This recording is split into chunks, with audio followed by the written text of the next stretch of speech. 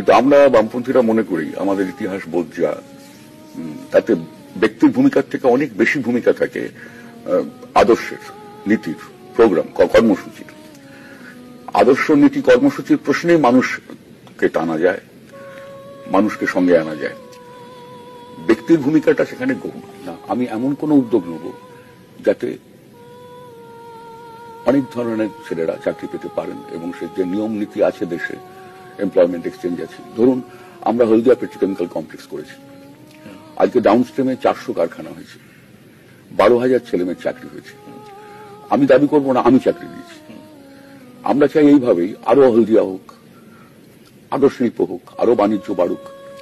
Information টেকনোলজিতে এখন আমাদের সল্টলেক সেক্টরে 2টো সেক্টর ভর্তি হয়ে গেছে, সেখানে নতুন ছেলে মেয়েরা কাজ করছে। এই কর্মসংস্থান সৃষ্টি করতে হবে, এটি আমাদের লক্ষ্য। আমি যে সামাজিক স্তরে আছি, আমি যে জীবনযাত্রায় অভ্যস্ত, আমি সেই অভ্যাসের বাইরে আমি যাব না মানে আমি যেতে পারবো না।